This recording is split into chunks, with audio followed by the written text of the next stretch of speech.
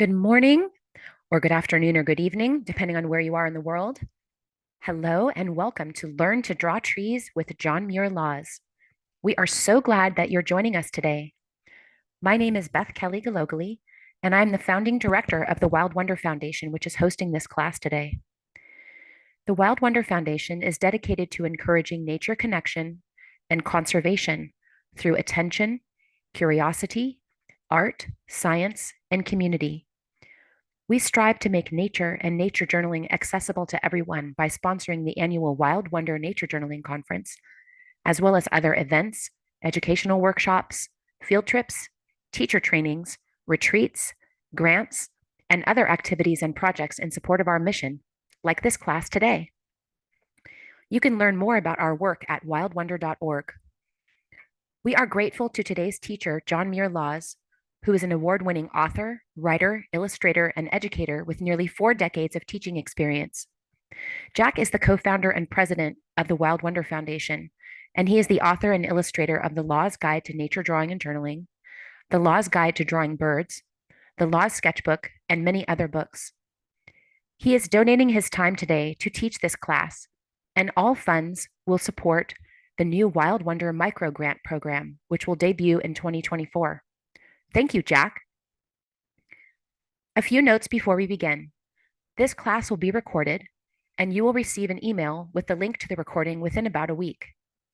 I want to give a special shout out and big thank you to Avea, who is helping backstage. Because this is a webinar, your camera and mic are disabled. We will take a quick break halfway through the class.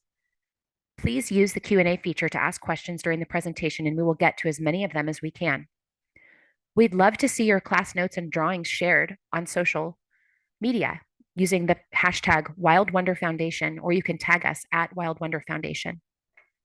I will now hand it over to you, Jack. I am John Muir Laws, and I am delighted to be here in honor of Bob Ross Day. So if Bob Ross were still with us, he would be 81 years today. And I just wanted to start with a little bit of a shout out to the Bob. He is somebody who is passionate about art and also was an incredibly powerfully kind of healing, calming presence for a lot of people. Many people came to art who had been told that they couldn't do this, that this was a skill set for other people. But something that Bob Ross did is he made the process of drawing accessible to lots and lots of people. He had an infectious joy with it, had fun doing it, and kind of got a lot of people kind of out of their head of like, there's a right way to do it. I remember my grandmother once gave me this advice about drawing. I said, like, how do I use these watercolors? And she told me, like, there are no rules, honey. Just play with it, have fun with it, and learn what it does. And Bob Ross had a really playful approach, and I really respect that. Another thing that he was passionate about was the natural world. Almost all of his subjects involved nature, and he celebrated wild places and spaces, took care of squirrels that he would feed out of his pocket. And so today's for Bob. I've got a different approach to drawing trees than Bob Ross did. So if you're interested in learning more about his approach, I want to encourage you to find lots of his videos still online. And but I'm going to be showing you my approach to happy little trees. And I think this is going to be a lot of fun. Got to warn you, though, I think that today's class is going to be kind of dense. I'm going to try to present you lots and lots and lots of strategies and ideas of how to draw trees in different sorts of ways. Sometimes when we're up close to the tree, sometimes when we're far away from the tree, sometimes with the tree in the middle distance, all sorts of different tree-ish things we're going to be playing with. I'm also going to throw a whole bunch of different media at you. And the reason for this is not because you need to play with all of these media. So don't think like, I need everything on this list to go draw trees. If you've got a pencil, you can go draw trees all you want.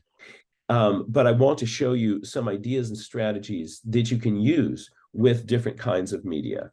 And these will, I just hope, open up ideas and possibilities in your head of what we can do. And I think it's going to be a lot of fun. So Bob, this day is for you. Happy birthday to you. We're all going to over here. I'm here with my daughters, and we're going to sing happy birthday to Bob Ross. I want to invite all of you to sing along with us I'm going to get to the Bob part. Dear Bob. All right. 1, 2, 3. Happy birthday to you. Happy birthday to you.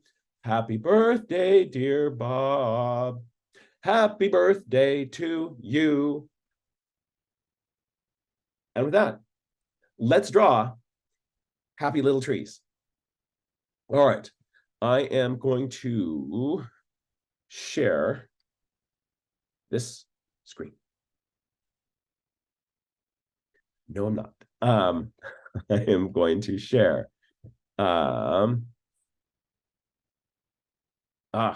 Sorry, pause for station identification. 1 more minute. There we are. All right.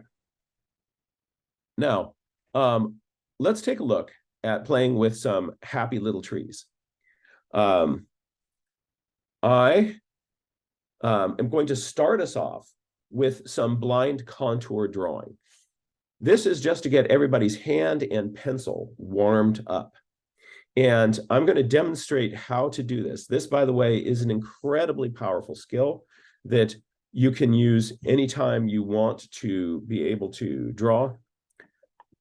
I'm going to put this over here. So over there, you'll be able to see a little slide. I'm going to demonstrate this first one right here, and we'll kind of do this together. But then I'm going to make the thing which we're looking at full screen, and this will help us. Excuse me, I'm getting over a little bit of a cold, so I've still got a scratchy throat, so you can hear this deep voice is coming at you thanks to a virus. So let's take a look at how we can draw a tree. What I'm going to do is I am going to try to not look at the tree. I mean, not look at my hand. I'm just going to look at that photograph of the tree up there. And I'm going to pick a point somewhere on the edge of some branch. And I am just going to start to make a little line that is kind of wiggling and ziggling out. And what I'm trying to do is to get my pencil to zig where the tree zigs, to zag where the tree zags. And it's not about having to draw something perfectly line for line. It's about, excuse me, it's about starting to kind of reconnect our hand with our pencil. This, by the way, is one of the best activities you can do to start any day of drawing. Just you make a, you pick any object, and it can be the edge of a tree, it can be part of the trunk. But you're just getting your pencil to kind of move along. Don't look down at your hand. Just to show you what I'm up to over here. So I'm kind of wiggling along this little mousy line. Right? Just wiggle along that line. And if you get to the end of that, then you can just start in a different place. Maybe you're kind of following up part of the trunk.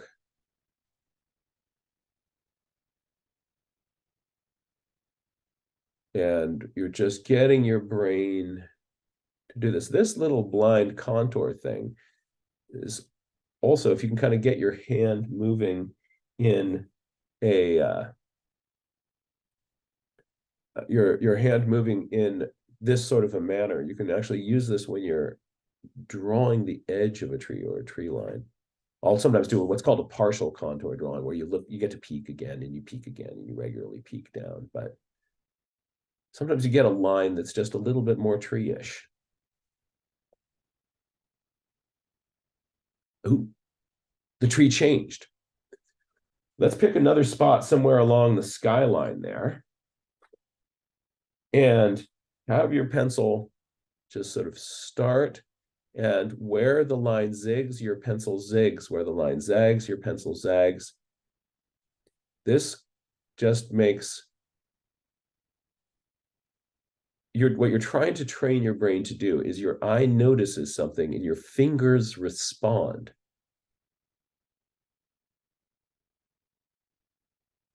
This gets us out of that habit that we have, like if I know what to do to draw a tree, I'm going to start to kind of draw this tree plan in my head without really looking intently at what is right in front of me.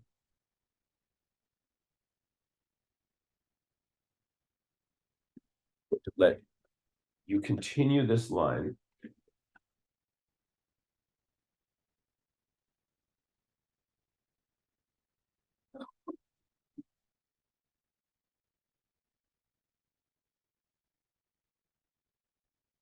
And just to double check, Jack, right now we're only seeing your photo and we're not seeing your drawing, right? That's correct. That's correct. Yeah, my drawing is not anything spectacular, not anything particular tree-ish. I'll show you kind of what's going down here on my piece of paper. So I've just got little zigs and zags and squiggles. But we're just trying to get our tree into our head. We're going to do one more. Pick a moment along the edge of this.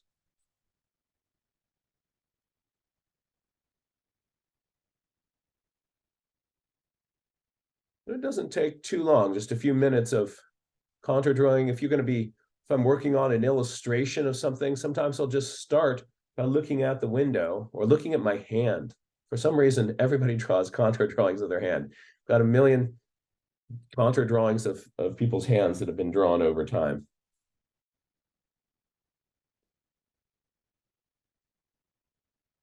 Just do that for a few minutes, and then all the rest of the drawing that you do that day will just flow a little bit more easily.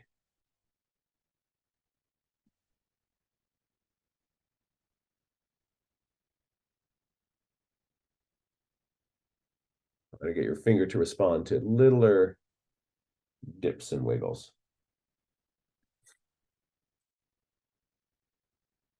A lot of squiggles? Yeah, me too.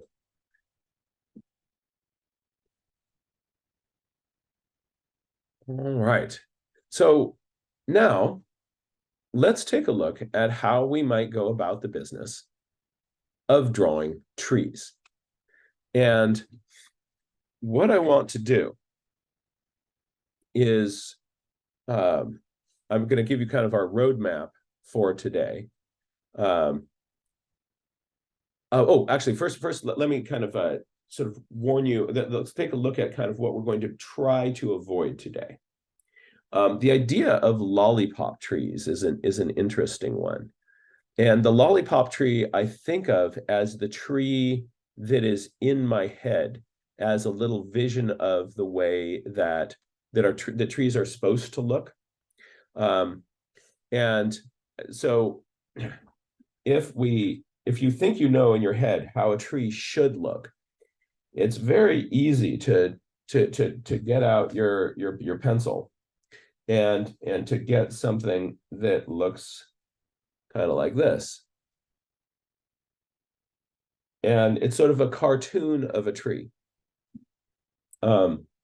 And aesthetically, it's not very interesting, but this is kind of your classic tree shape. And I want to unpack, hold on, take a little sip of water. That's better. Let's take I want to kind of unpack a little bit of what's going on with the lollipop tree. If you draw trees in urban landscapes and parks, you will see lots of trees that are shaped like this, where there's sort of a round canopy and a little lollipop stick that comes out the bottom. This is because these trees have been trimmed this way. So people who are arborists have this idea that this is a nice shape for trees, and so they'll make a nice round tree shape. And that the idea that trees should have a big bare trunk coming down on the bottom. A big reason that you see this in urban spaces is because they don't want kids to climb trees. So they trim all the lower branches off of trees so that you don't have those first few rungs to get up the trees. Isn't that messed up? Yeah, I don't like that. So every once in a while you will see something like this in nature. But trees out in the field do much more interesting things. So we're going to replace this sort of model in our head with some strategies for really looking at what trees do. Here's kind of an interesting thing. This is a slight variation of lollipop tree. So if you were, here you've got this flat platform with a mushroom on top of it. Like, what's going on here? Why does this tree have its shape? Well, trees are a response to everything in their environment. And very often when you see trees like this with this very kind of clear place on the bottom where it looks like somebody's kind of come along with a chainsaw and trimmed off the bottom of the tree, this is because there's something else in that environment that actually does that trimming for you. So here in California, we have a lot of oaks in agricultural land where there are cows. And so we see lots of trees with this cow shape. And then, and so that then fits in people's head of like how a tree should look. And so everybody draws the cow tree, the cow shade tree, as the classic oak shape.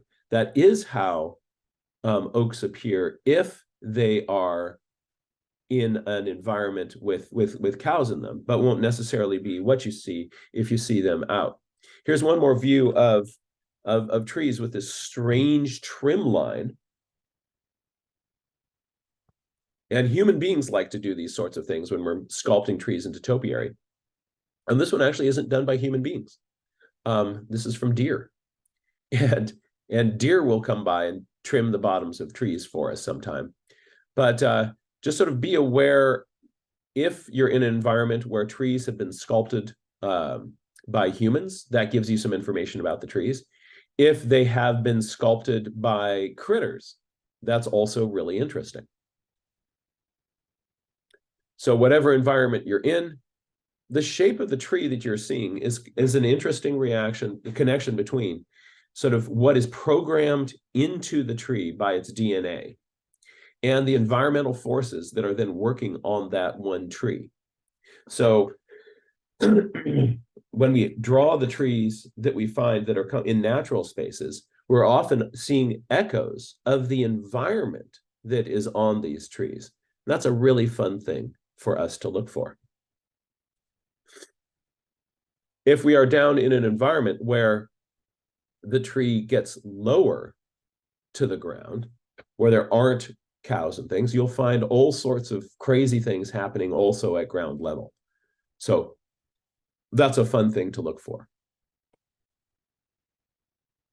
Now, here's our roadmap for the day. We're going to take a look at trees in 3 ways. We're going to look at tree portraits. So these are where the focus of what you're doing is an individual tree. But sometimes the trees are much further away from us, and we're looking at trees in a larger landscape. And at other times, we are up in there in the middle of the forest, looking out through the branches and the trees. How do we do sketches and drawings in each of these environments? So what I hope to do in this workshop is explore each of these 3 scales and to give you some strategies to help you draw trees in these different places. But we're going to start with where you're just focused on like, wow, that's a cool tree over there. How do we play with that? How do we mess with that? Let's take a look now. We're going to begin with our broadleaf trees, and then we're going to take a look at coniferous trees, so pine trees and trees with cones. All right. Here's how we start. As I'm thinking about broadleaf trees, I want to think about the structure that is underneath the tree. There's two big strategies. Oh, Carolyn, could you do me a favor? In the refrigerator, in the bottom compartment, there is a wad of Play-Doh-like clay in the cheese drawer. Could you get that and bring that out for me? I forgot to get it. Thanks, honey. Fortunately, I've got an assistant here with me today. So let's take a look at how I draw this. So the first thing to do is not to get lost in the branches of this tree. And what I want to notice is that the outside edge of this tree makes a dome.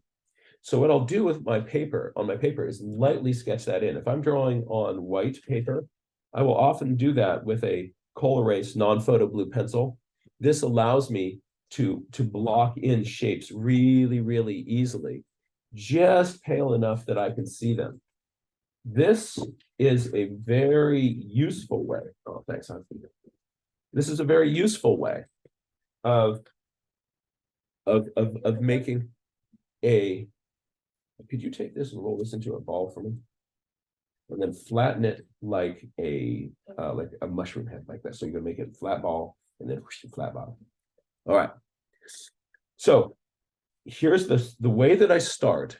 Oh, Jack, could you please scooch your page over there? Thank you.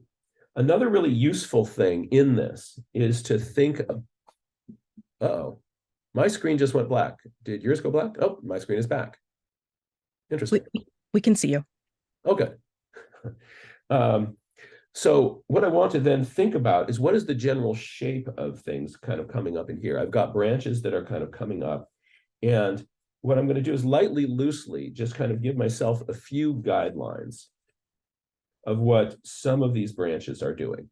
But you notice that this is really loose and not very specific. I'm seeing that I'm getting some branches out in here that are going this way. I'm not following an individual thing, saying like, I've got one branch that's coming here and it's going to do this.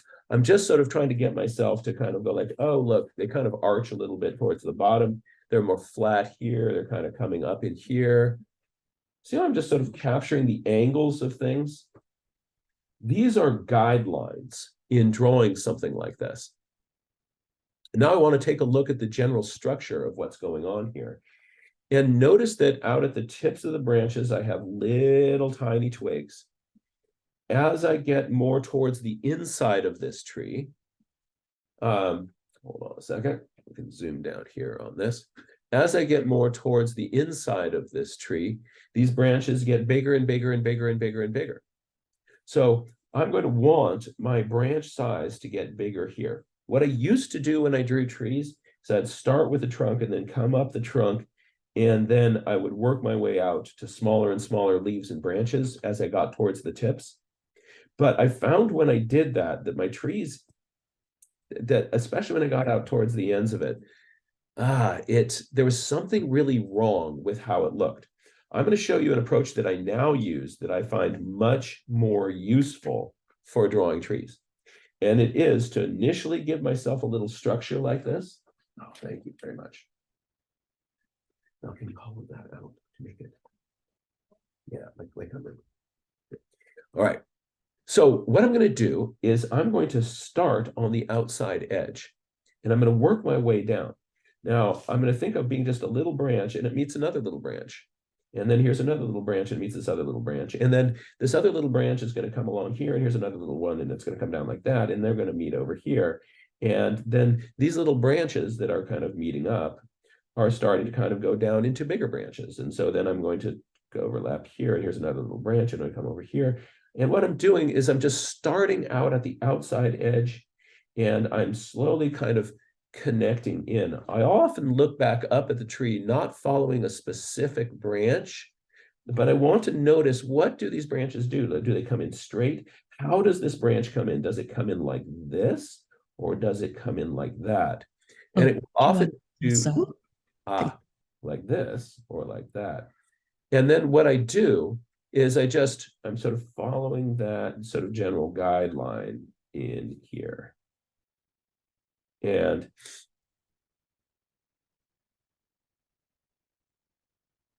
And this allows me to kind of you're building this tree from the outside edge. So you imagine that you are energy that has kind of come in from the sun and gone into the branches of this tree, and you're slowly kind of working your way down the trunk, right? So we're going to be out here. We're going to make these little branches here. And I don't have to follow this branch by branch by branch.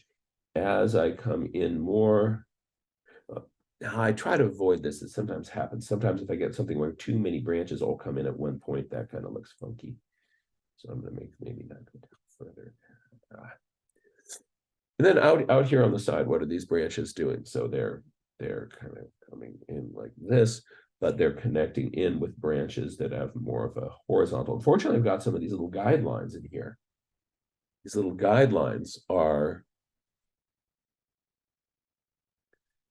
helping me see that, you've got the direction that something comes, and then my big branch is going to come like that.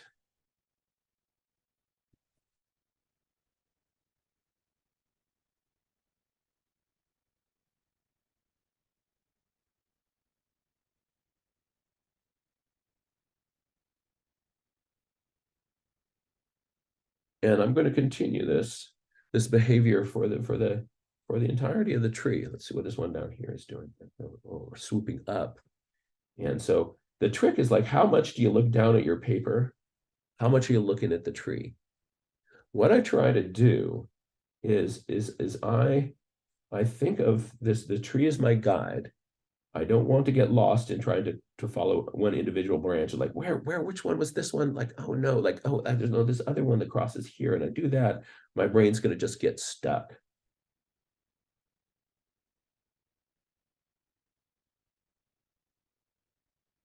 But this, and then on this opposite side of the tree, we're seeing you're just sort of seeing some kind of evidence that there's some other branches doing something back here towards this inside, and those aren't, so I'm not really having to follow the same. I don't know, like, what's going on with these little ones in here? We'll take a closer look at these branches a little bit later.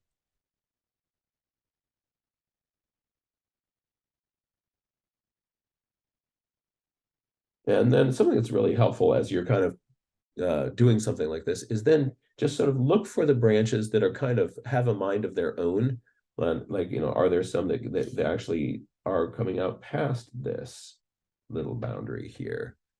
Other ones that kind of they're sort of doing their own thing. Out here is this little one that is.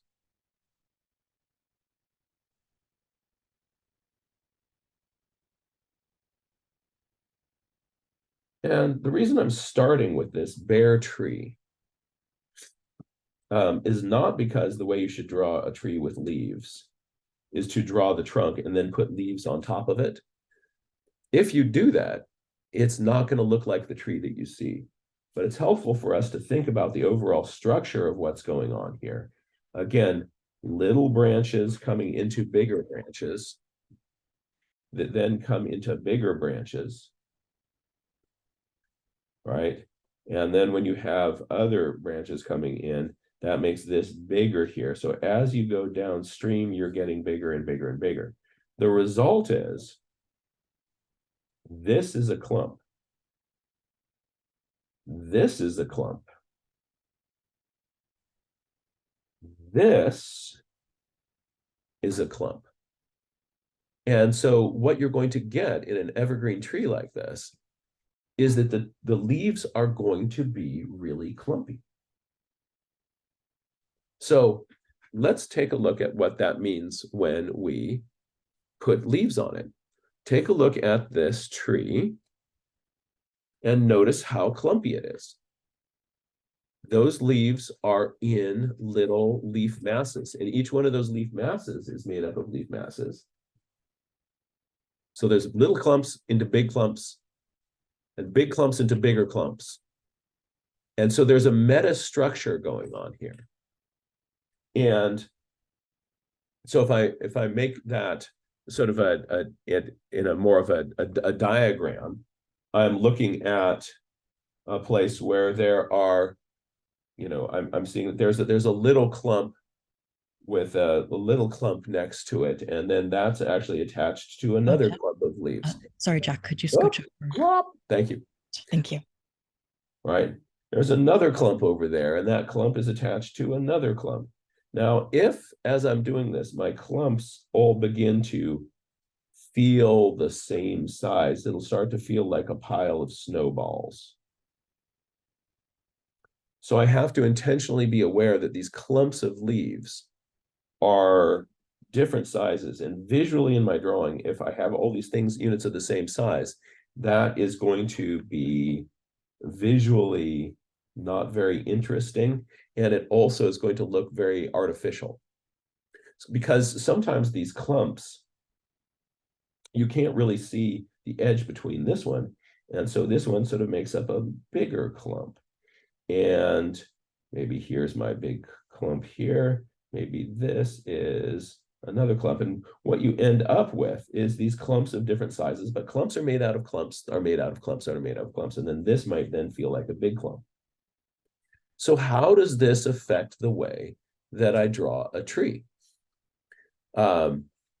This first idea, this clumpiness, this is something that I'm going to be looking for because the clumps will give my tree structure.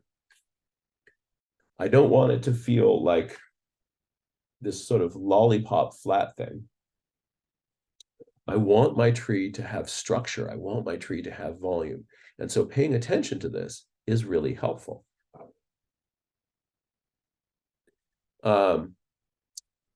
Another thing that I want to kind of look at is this strange phenomenon that this thing that trees do that's really, really cool. So look at this tree and notice how dense the outside edge is. And then you look towards the inside of the tree, and on the inside of that tree, yeah, it's really empty. And so if you are drawing a tree like this, we tend to kind of, the tree in our imagination is this really kind of uniform mass of leaves.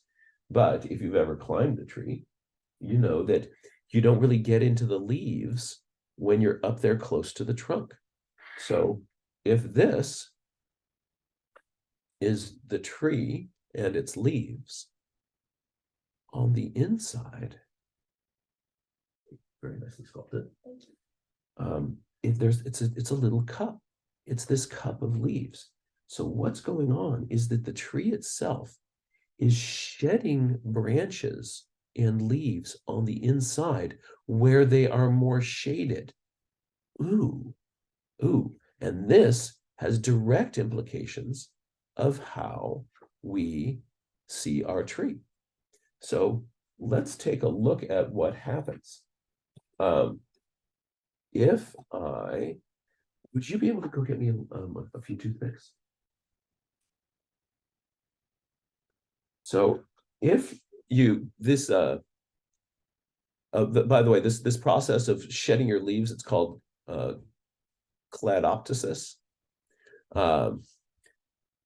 or kládos, depending on how sometimes people don't pronounce the P in there. I don't know the official way to pronounce it, but check this out. Look at this. If I take a toothpick and I stick it through, right here, through here. So if I'm looking through this part of the leaf of the tree, I go through a little bit of leaves, and then my eye comes through to the other side, and it's going to go through a little bit of leaves on the other side too. So I'm seeing through this much leaf in this much leaf. If, however, I'm looking over at the side of the tree, my line of sight gets into the dough. It's still buried in the dough. It's still buried in the dough. It's still going through lots of leaves, all the way out to this side here. Look at that. Look at how much leaf this line of sight goes through here. And the same is true on the top of the tree. So if I'm looking at a tree from this part here, I come in here, I'm still buried in dough, I'm still buried in dough, I'm buried in dough, I'm buried in dough, I'm buried in dough all this way. I look on the inside, I've got a whole bunch of leaf that I'm looking through here. This is, let's see, if we call this our unit of measurement, if our unit of measurement is one of these sides here, like that, what is this? This is 1, 2, over here on the side, it's 3 times. Here I'm looking only through 2 edges of this. Here I'm looking at 1, 2, 3, 4 times. So depending on where I'm looking through, I'm not looking through as much foliage. And the result is that there is this outer dome on the tree that when I'm looking at it from the side, that's more dense. And then this part in here where my trunk is coming up I can see the structure of what is happening in here. But on this outer edge, there actually is, I cannot see what is happening there because all there, that's where I'm getting into all these little branches supporting a whole bunch of leaves. So I don't see as many little branches here on this inside part, just a little bit on the far side. And this has really profound implications for how I'm going to draw the tree. Another thing is that there are some sections of this tree, there are some clumps of these leaves right here on the side that is closest to me, and that's going to block my view of part of the trunk, but not as completely as on the sides. So knowing that there are going to be some clumps in here, there's a clump, there's a clump, there's a little bit of a clump, there's a little bit of a clump here, right? That kind of mental framework really helps me draw trees that are that are in leaf. So what I'm going to do now is I'm going to use a sort of partial blind contour line here. I'm going to come up, try to make yourself a little leaf line. So if I'm drawing a leaf line, what I mean by a leaf line, it's the edge of a leafy tree, and we're not going to be doing this. We're not going to be going boo-doop, boo-doop, boo-doop, boo-doop, boo-doop, right? That's not going to be a symbol. We're going to try to make a line that is consistently inconsistent. Sometimes it breaks, sometimes it's lighter, sometimes it's darker, sometimes it's got a little accent. And I'm going to try not to make squiggles that are evenly spaced. I'm going to try to go for, there's a big one, there's a smaller one. They try to, just off on the side without it being on a tree, just try to make a line that actually is more random. And you're going to find that making a random line is really hard to do. It's really hard to do. So what I often do to help me make my line a little bit more random is I have a little jiggle wiggle in my fingers. And I am going to, yeah, don't make it totally solid. Sometimes you want a lighter line, sometimes you want that line to be broken. It'll make your edge of your foliage feel a little bit more open. And so, but I will often try to look up on the tree itself. And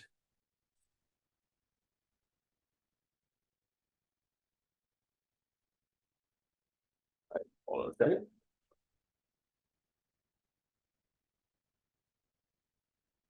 And you're going to get a line that's a little bit more tree-ish. So you do your partial blind contour thing. Like on mine, this little part here kind of went way too big. That's all right. I'm still getting the right general feel of it, but I've got enough consistent inconsistently. I think that this part in here, I've got too, I should have wish I had a little bit more of a broken line in there. Would be a little bit more interesting if, you know, something would kind of break up like that. But the more I work at it, the better that's going to go. So now I'm going to just sort of suggest that there's some kind of undersides of this. There's these little guys. So what I'm doing is I'm drawing in my these masses of leaves.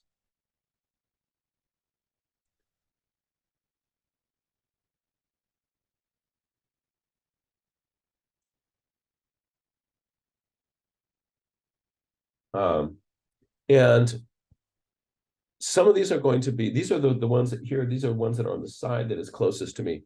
And then there are branches that are out there behind me. I'm not going to put those in quite yet. The next thing I'm going to do is I'm going to punch in some sky holes. I'm going to look for places, there's a few places in here where I'm seeing pretty big. Don't make all your sky holes evenly spaced.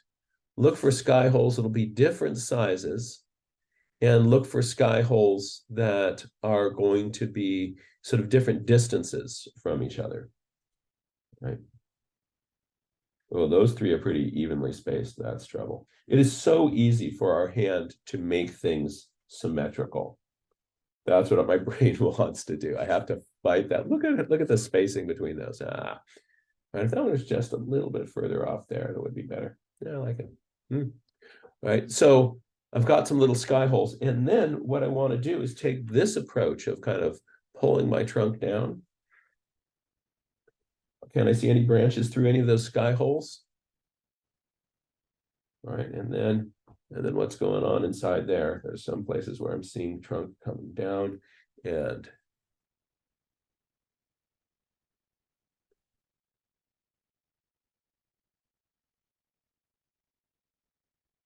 this is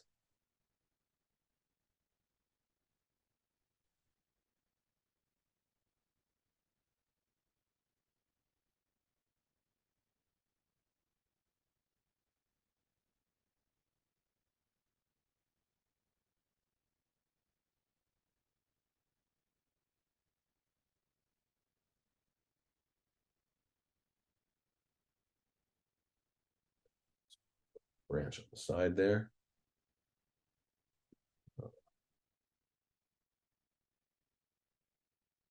Try as much as I can make my branches come from the outer edges in towards the base.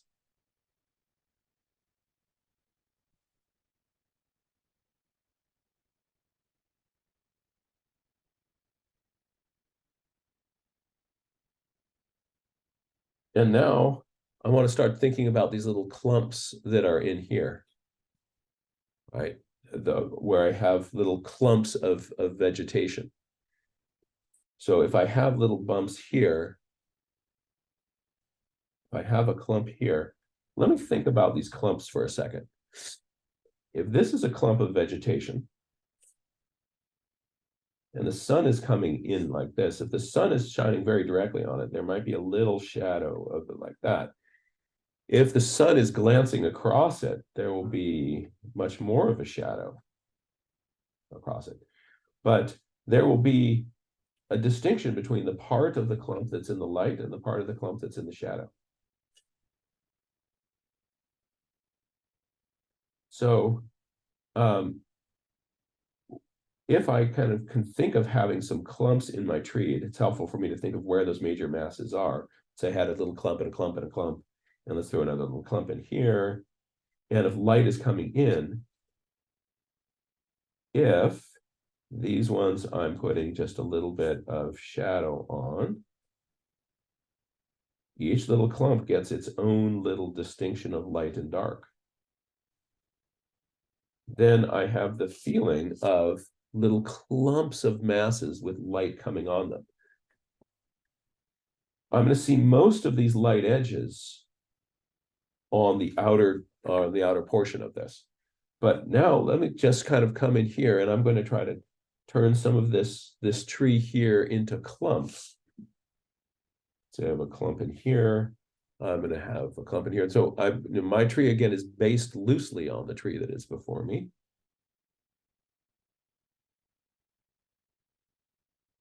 And so I'm just lightly saying some clumps here, trying to get clumps of different sizes. And then what I'm going to do is I'm going to put in some of these shadows.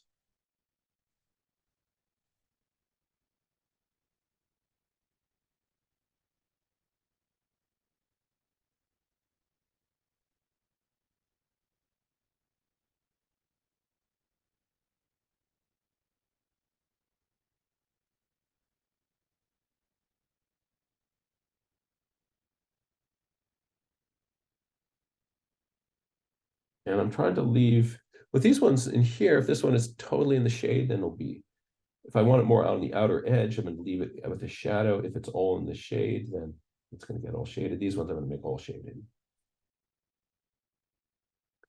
And coming up in here, I'm just trying to put, I'm trying to leave some of these, I'm going to darken these in, these little wedges of light along these top edges of clumps. But I'm not drawing a line around them like I did in this little diagram here. I'm just sort of saying, like, there's a clump, there's a clump. And then this tree kind of starts to feel like it has mass. So what about out here? And if my light is coming in from this direction, then things on this side will tend to be more in shade. And I'll have more of those kind of crescent light edges out there. And then final thing is that there are some clumps of leaves on the far side of the tree. And so I'm going to just put in a few areas of just darkness.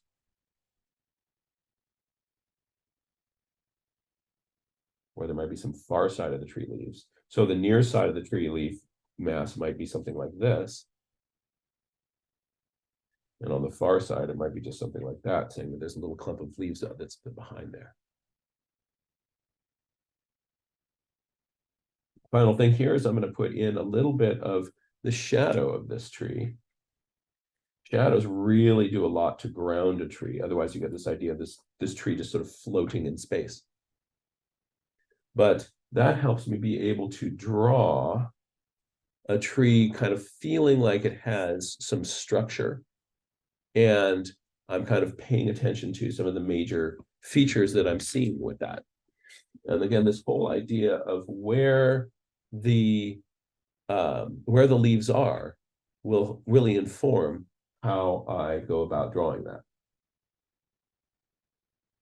This might be a, see how good a shadow I get. Yeah. So if I get a bunch of clumps of leaves, you make more of these clumps.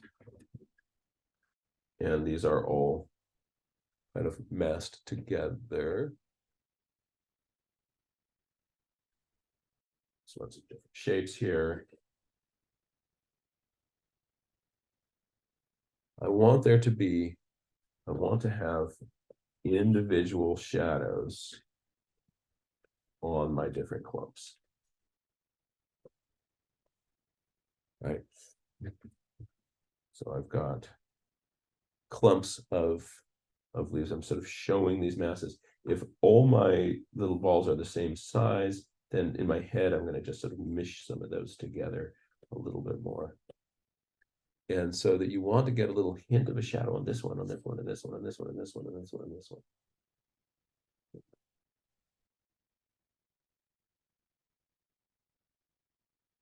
So let's take a look at how we might approach this on another tree. And I'm going to make this big, so you're not seeing my paper right now. What I'm going to invite you to do is just notice where you see leaves.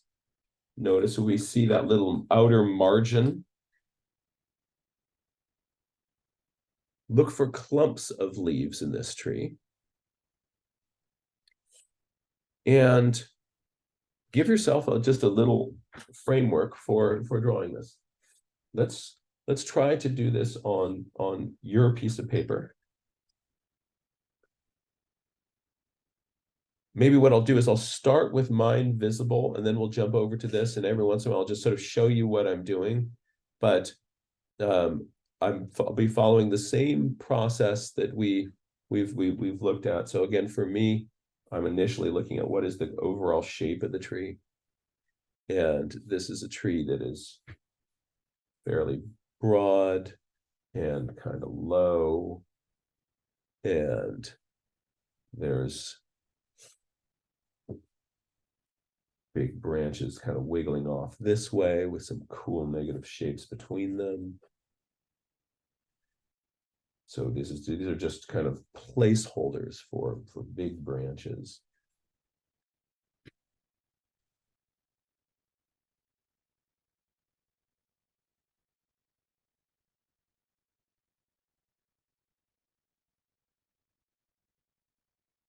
Then I'm going to block in some clumps.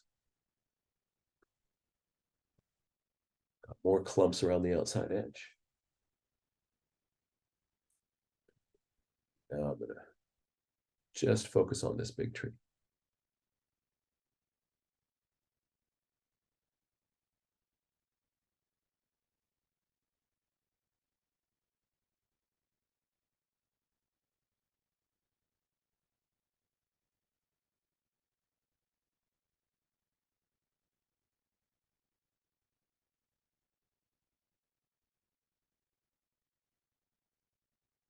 I initially ignore the clumps of leaves that are in the background behind the tree, on the back side of the tree. I usually focus at the start on the ones that are on the side closest to me. And then once I've drawn in my branches, I can handle those ones on the back. Oh, Jack, just to let you know, and as a reminder to folks, in about 5 or 6 minutes, then we'll have a quick stretch break. We're almost at our halfway point. Great. So I'm now coming back to here. I'm going to give myself a little kind of that leaf line that I talked about.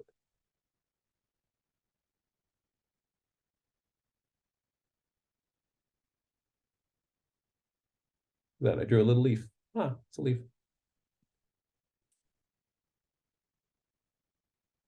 A consistently inconsistent line around those little masses.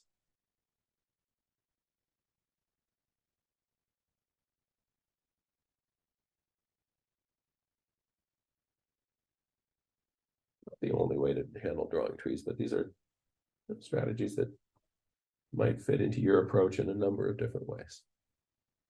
Anytime you hear a little idea of a way to draw something, just kind of consider yourself, is that useful for my way of drawing that? If so, I'll adopt that. I'll try it. You'll hear several different techniques that are not going to work for you. That's okay.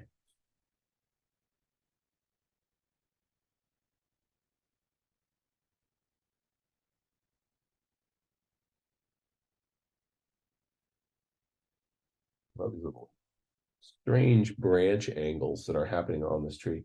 Trees will do branch angles that don't make any sense to us in our kind of mental model of things that branches and leaves should be doing. So when in doubt, believe the tree.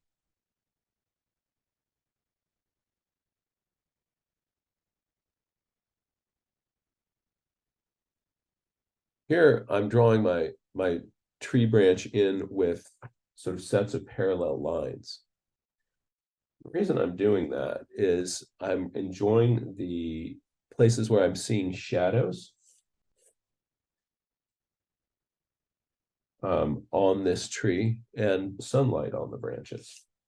And I'll show you what I can do with that in a moment. But if I have initially my tree branches being kind of these open sets of parallel lines, then I can put shadows on some of them.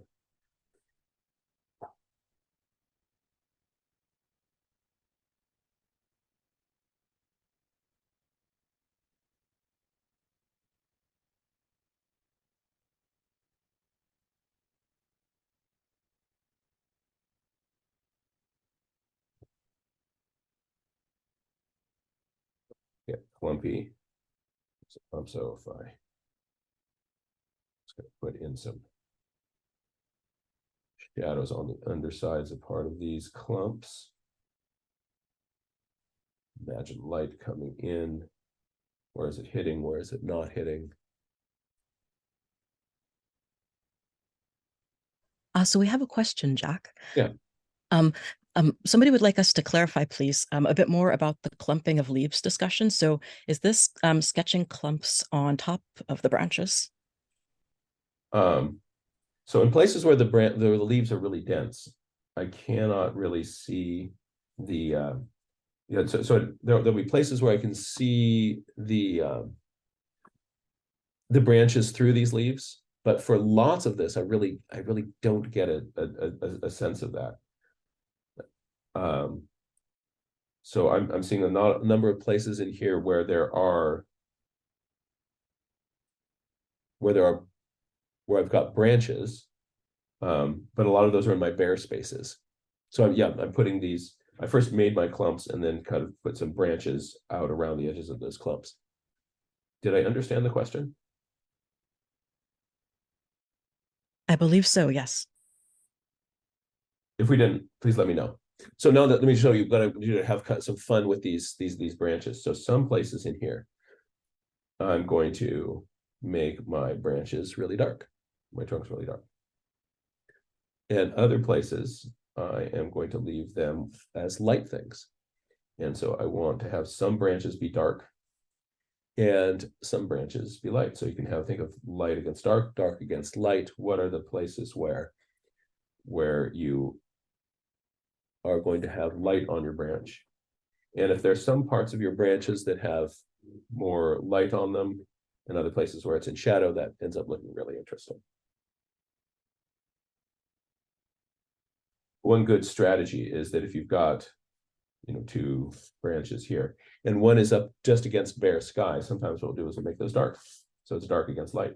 And other ones, if there's a dark background, you make that one light against dark. And this one dark against light.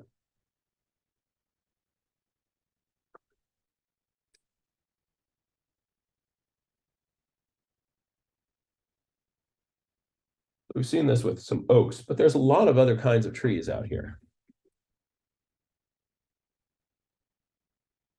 It might be a good time for a break as well, because we are at our halfway point. Okay. Then what I'll do is I will put this tree up. And some people can keep drawing.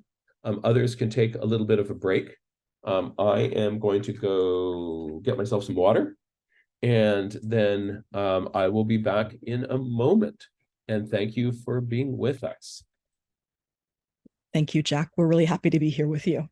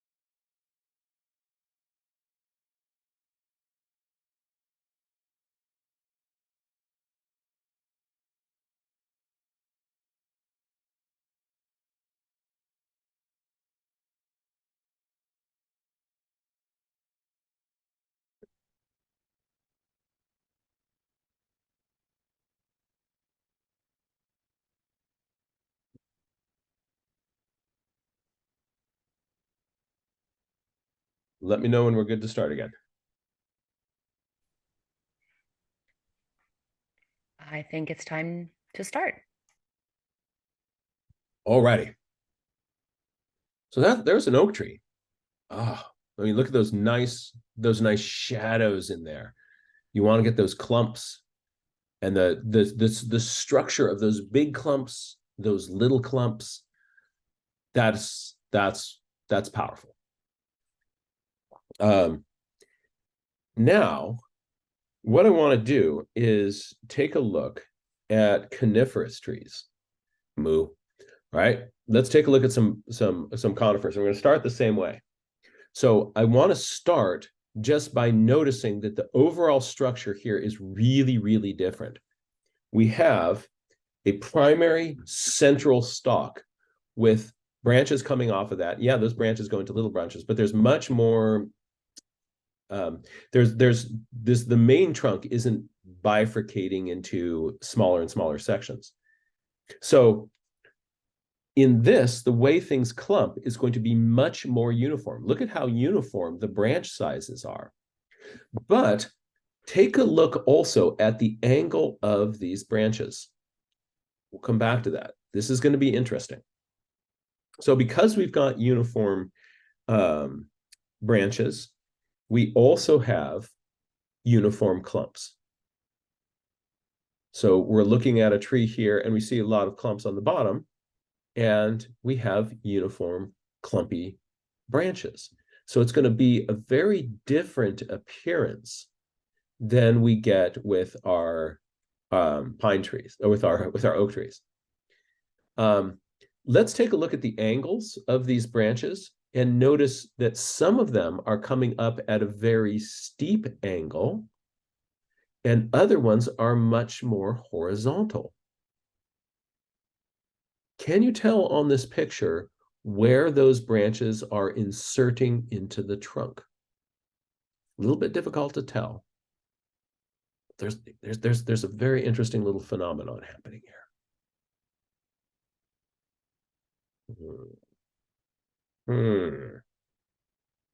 Right. Here's this with downward facing branches in a diagram. If actually, let me turn over to this view. Hi. All right. Take a look at this. This is a branch on my tree. All right. And a branch is coming down at a little bit of an angle. I'm going to be over here like this. And look at what happens to the angle that you see this as I start to turn towards you. Here, it is pointing straight down, right? I haven't changed the angle of this. Over here, it's out at this angle. And notice that what you're going to see is the apparent angle of this pen is going to change from being at an angle like this to vertically down as I rotate towards you. So a branch that is angling down like this. Well, actually, let's have two. Let's have one angling down and let's have one angling up. Why not? All right. So these will both become increasingly steep angles till they're vertical here, right? So that means if branches are coming out at an angle and I rotate that branch around towards me, I'm going to see, also look at this, long, short, foreshortened towards you. Here, as you get more foreshortened, it's vertical, and here, not foreshortened, it's long. So what's up? Let's go to this view again. I have these sets of lines coming out. Imagine these as branches that are the same length, right? Branches that are the same length coming out at different positions around a branch, around the trunk of a tree. So that means that if I have a major trunk here and I have a branch that is, I'm going to make this a little bit thicker on my trunk. If there's a branch coming out from the side, I'm going to see the full length of that branch. Whoa, we're off. We gotta go this way. I'm going to see the full length of that branch. But a branch of the same height, the bottom of this, as I kind of walk around this tree, I'm going to see the bottom of this at the same point here. So when it's pointing straight towards me, that long branch is going to look short. And if it is somewhere between those two, it's going to be shorter and at a different angle. So I'm going to expect to see on a random part of trunk branches either going towards me or away from me, short. Ones that are longer are going to be out at more of an angle, and ones that are shorter, I'm going to expect to be at an angle like that. So that means that I'm going to have all sorts of, as branches, generally I want to sort of, a branch that will be kind of coming down. Now, these are, again, for downward facing branches. The opposite would be true for upward facing branches. Right? If there are branches that are on the same side of the tree there, but a branch that is maybe in here, it's going to be a medium length, medium angle, kind of short angle is going to be a short length, very straight angle is going to be short like that. So I'm going to expect these branches to be coming out at these different angles and different lengths.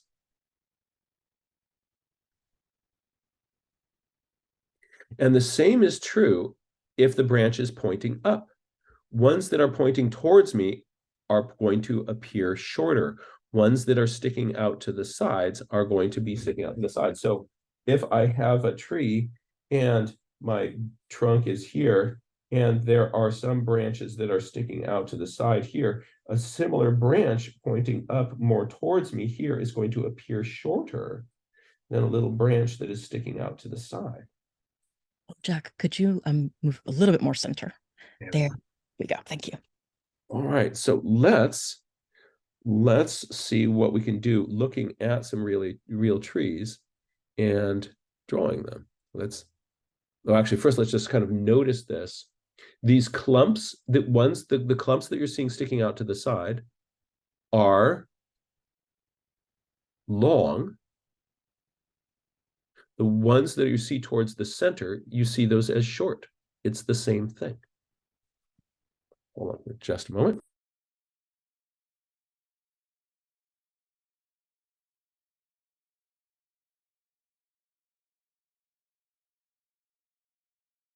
All right, so let's take a look at how we would put this together to draw an actual tree.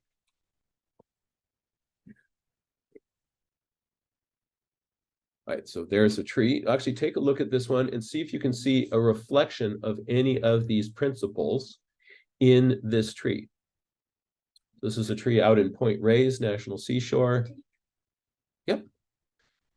And this is, see if you can see some of these principles where the ones that are out to the sides have a flatter angle. The ones that are pointing, the ones that are more towards kind of coming up at an angle are going to be shorter. Now,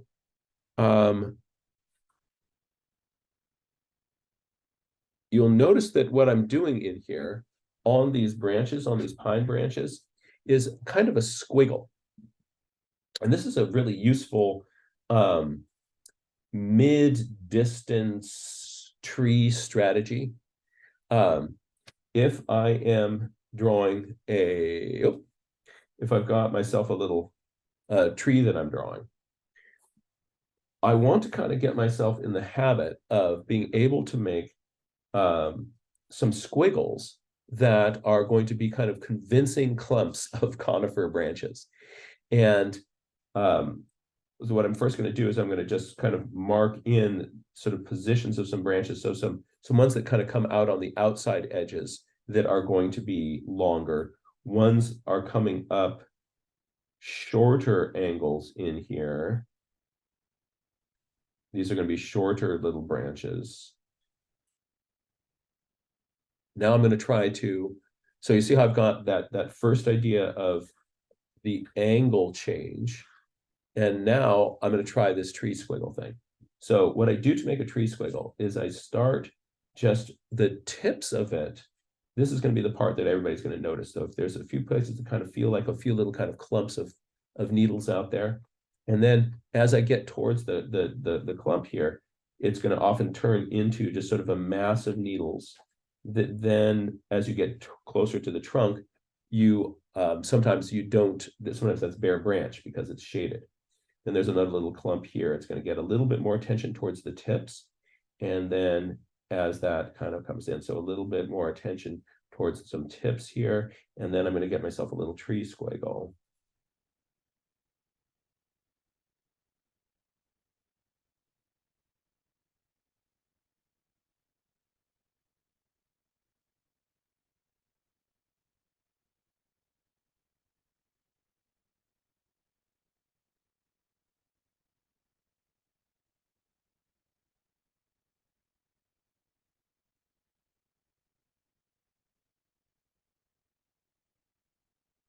A dull pencil really helps.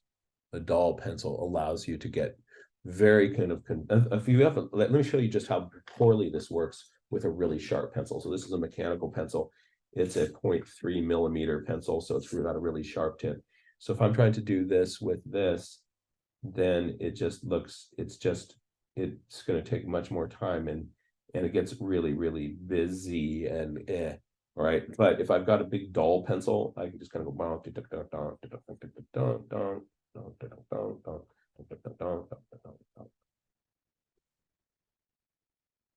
and I'm going to do this kind of working my way up towards the tip of the tree, but slow down when you get to the tip of the tree, because the most important part of drawing any little tree like this is what you decide to do with the tip of that tree. That is the first place, and people will see this little shape and they'll say, what is this? And they will look right there at the tip of your tree. And if the tip of your tree looks kind of like that kind of tree that you're looking at, then you're in good shape. But how the little kind of clumps of the first branches appear at the top of different kinds of conifers is actually different in different trees. So look at the tree that's right in front of you. This one has sort of a central stalk, and it has a few little kind of clumps sticking out at the edge. So I'm just going to spend a little bit more time there at the top of that tree. And then people say like, oh, this is going to be a pine tree. Right? And then one last thing that I want to mention is the idea of being consistently inconsistent on this is really helpful. So if I've got a certain density of branches, I want to have there be some spaces where I've got some gaps and voids, or places where it is not symmetrical on either side of the tree. If you're looking at a tree and that tree you're looking at actually is that way, then draw it the way that you see it. But trees don't have to be totally symmetrical. And if you make it really symmetrical, then it is going to start to feel like more of a Christmas tree. But the asymmetry in it is one of the things that will kind of really make this tree pop as a, so I'm going to put in just a little bit more branches on this side, and here I'm going to put a little dead branch. So something happened in there.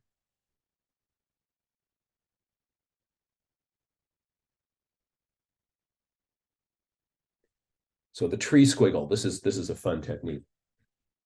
Let's take a look at advanced tree squiggle.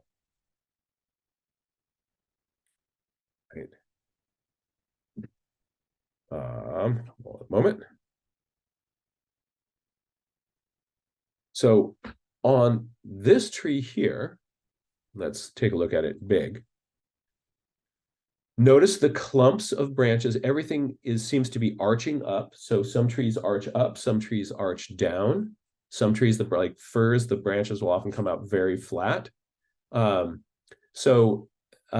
This is, here is a tree that is showing us interesting kind of clumping, fairly symmetrical. You see long branches coming out on the side, and I'm also seeing, take a look though at the center of the tree. As I look at the center of this tree, at those branches that are coming towards me, that's the part that's hard to draw. That's the part that's hard to draw. Everybody can draw these ones out on the edges, but how do I get the branches that are coming towards me to really look like they're coming towards me? So I have a strategy that I think is useful that helps you look at light and dark in these clumps that are pointing towards you. So getting the light and dark in the clumps that are pointing towards you is going to be really, really helpful. And let me try to break down for you how you might approach that. So if I am looking at a tree, let's actually go to this view. So I'm going to draw along with you. I super lightly block in. Then I've got my ground here. I've got two major trunks that are coming up like this. My tree shape is roughly going to be doing this. And like that. So I'm just sort of blocking in the base of this tree. This tree drawing was based on a tree in a neighbor's yard in urban San Mateo, but for the purposes of this sketch, I made it look like it was out in a lovely natural setting. But I can actually go down the block and I can see this tree. And I think about doing this little demo every time I pass this tree. It makes me happy. So there's my. Yep, as we go out on Grant. Yep. So it's a Doug fir. And what I do is I'm going to look at it. What are the clumps of branches that are pointing towards me doing? Remember, the branches that are pointing towards you, you see them long on the sides and shorter on the front. But they kind of have this, what I call the claw appearance. So it feels like a claw with these different fingers kind of reaching up like a little monster claw like that. And what I'm going to do is, because these are the ones that are pointing towards me, they're going to be in the center line area of this tree and the center line area of this tree. And so I'm going to, with a consistently inconsistent line, I'm going to just block in a few of these little claws that are, and so they have these little kind of upward pointing fingers like that. And maybe some slightly kind of more out to the side one versions here. These ones on this side might have some more that kind of flip up like that. Ones that are more in the center might be a little bit more symmetrical. Right, and let's try here.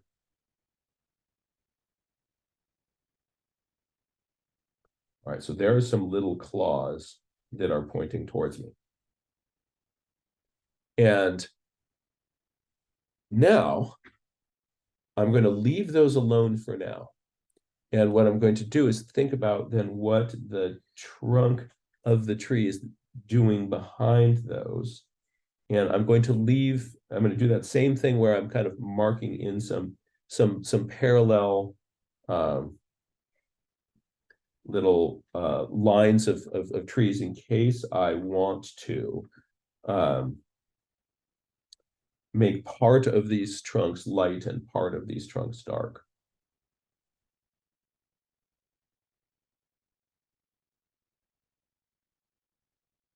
That light against dark and dark against light strategy can do cool things.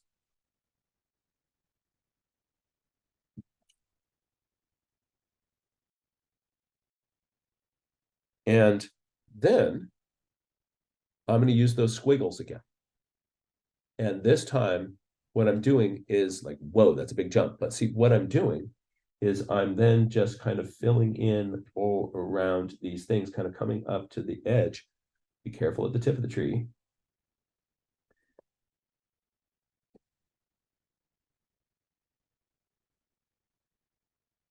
Bunch of squiggles. But when I hit these little clumps, what I do is I just kind of tuck up against the edge of it, and the edge of these little clumps disappears. The edges of the claws, and you just see the little white part in the middle. And some of the branches that are coming further out to the side,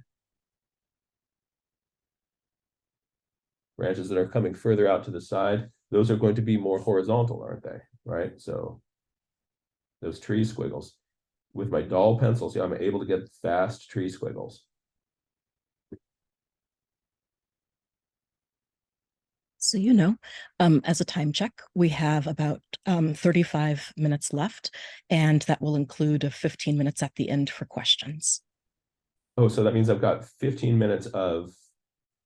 About 20 minutes left, I think, of drawing, and then 15 minutes of questions. Roger that. Thank you so much for keeping me. So folks behind the scenes today, the amazing Avea Moore. Everybody say hi, Avea. Hi, Avea. And Beth Galogly helping keep the show on time, and I'm so grateful to both of them for their work to help support me and the Wild Wonder Foundation. We're happy to be working with you, Jack. And isn't it fun?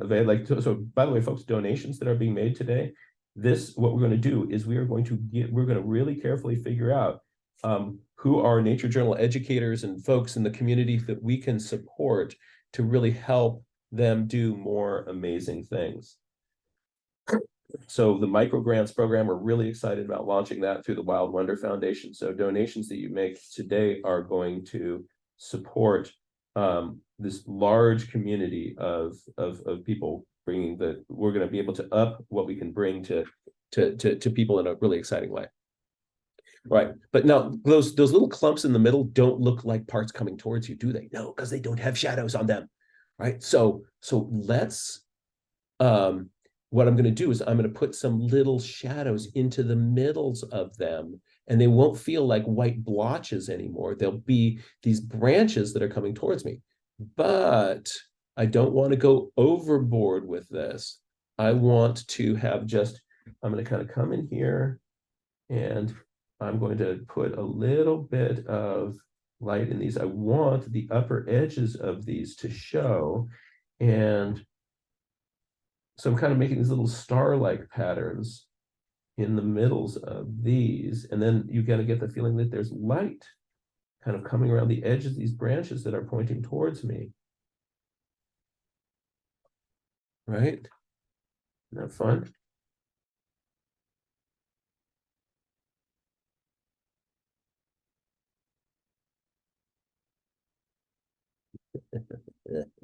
This one looks a little bit blotchy, so I'm going to put a little bit of there. If any of them feel a little bit too bold, I can just put just a little bit more. Yeah. And then I'm going to put some dark on my trunks. Those parts of the trunk that are really shaded, I can make those darker. So there's that we're kind of playing hide and seek with parts of that trunk.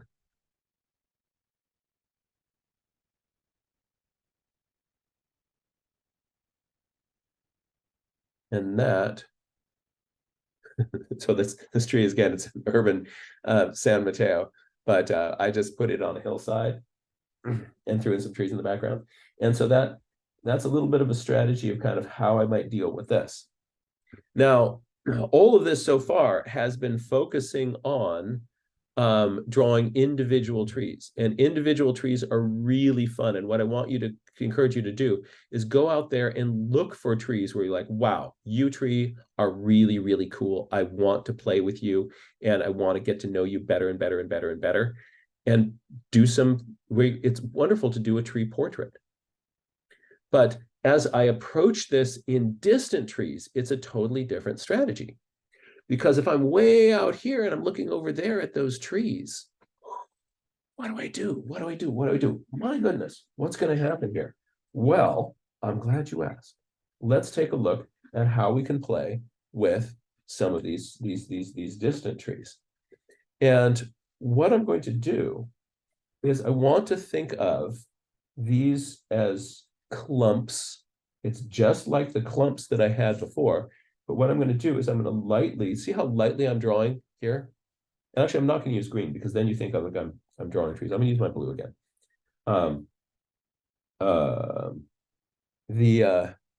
So if I'm lightly blocking in the locations of these different trees.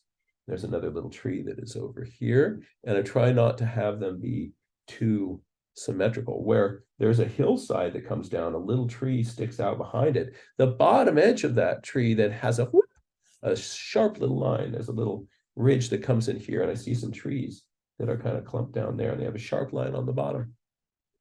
And then out there in the distance, there's a bunch of trees on this hillside. And so what I'm going to do here is I am going to think of this one in the front. I'm going to give it a little bit more of a tree edge. And then the important thing to do here is to look at where the light hits the tree. And I'm not going to draw the leaves. I'm going to draw the shape of the shadow on that tree. And then I jump back to the next one. And what is the shape of its shadow? And I tuck that in here.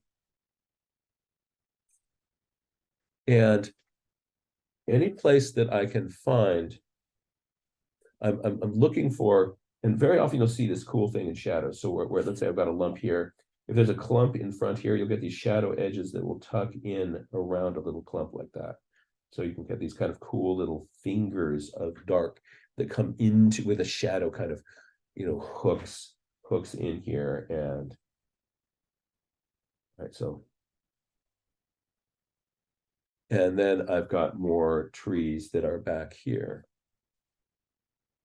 And on some of these ones here, you can actually see some trunks. Put some trunks in there. And here I'm going to have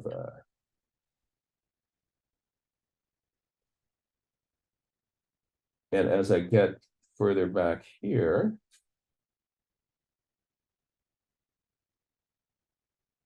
I'm going to have less detail in the background.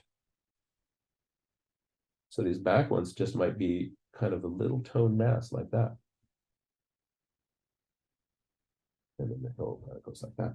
But these ones in here, maybe there's a little hint of there's lights and darks in these. So it's like drawing clumps on a tree.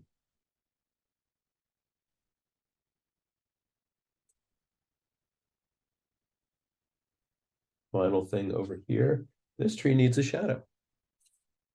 So ones that are popped off the ground, you're going to have their shadows.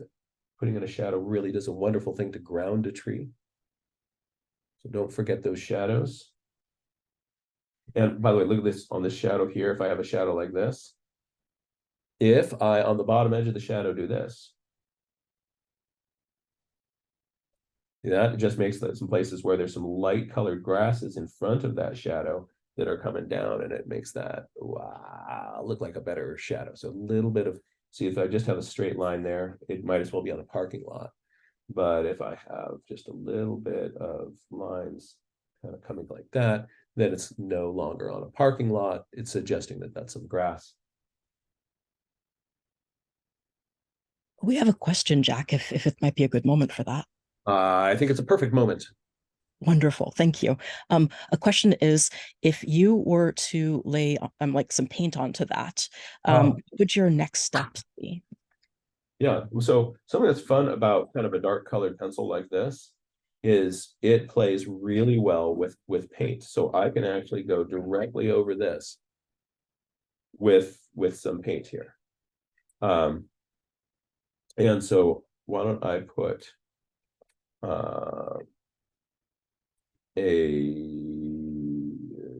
if I've sort of established these, very often let me go to this view document camera. So when I put paint on my water brush, the first marks that I make are going to be stronger pigment, because there's the more you paint, the more you use up that paint. And so what I can do is I do the shadows first and then come across with a second coat as the paint is more diluted. Let's get a little bit of blue into the background there. This back here, put that back a little bit blue, then it fades into the distance a little bit more. I'm going to get a little bit maybe more warmth up in here in some of these. Make them happier. They are my happy little trees. And so I can and I really like the way that, so if you do you can use like a blue, a dark blue, a dark purple, or a dark brown colored pencil, and you can then paint directly over that with your watercolors.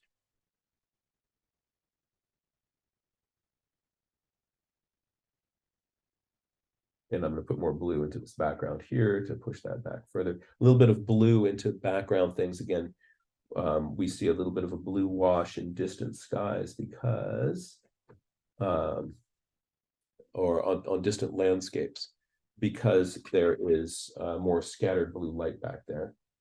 So that, with just a few kind of quick color washes, whoop, really pulls that out. Notice that I put a little bit more yellow into these, so that, see, this has blue, this is yellow. Blue, yellow, close, far, close, far. There's Grover going, far.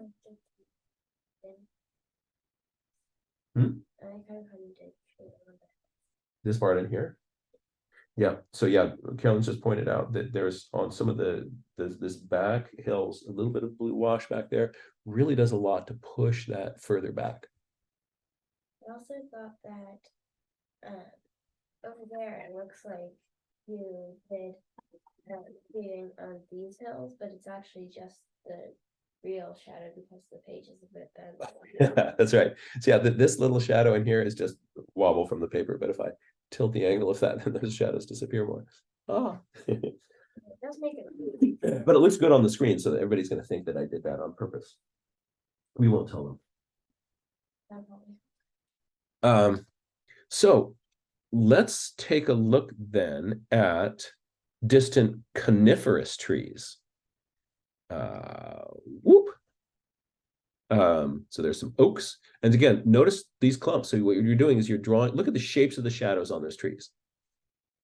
Shapes of the shadows on those trees, the shape and then the shadow on the ground below them helps you sort of see the contours of all these little rolling hills. But the lights and the darks, I'm not worried about drawing individual leaves.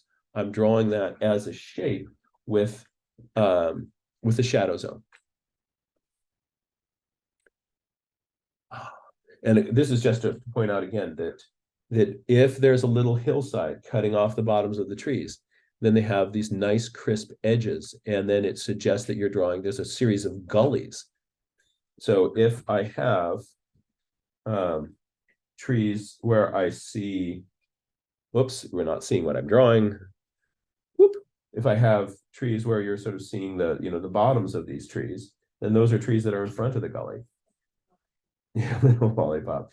And then if I have, back behind that, here are some other trees. Those are down in the gully.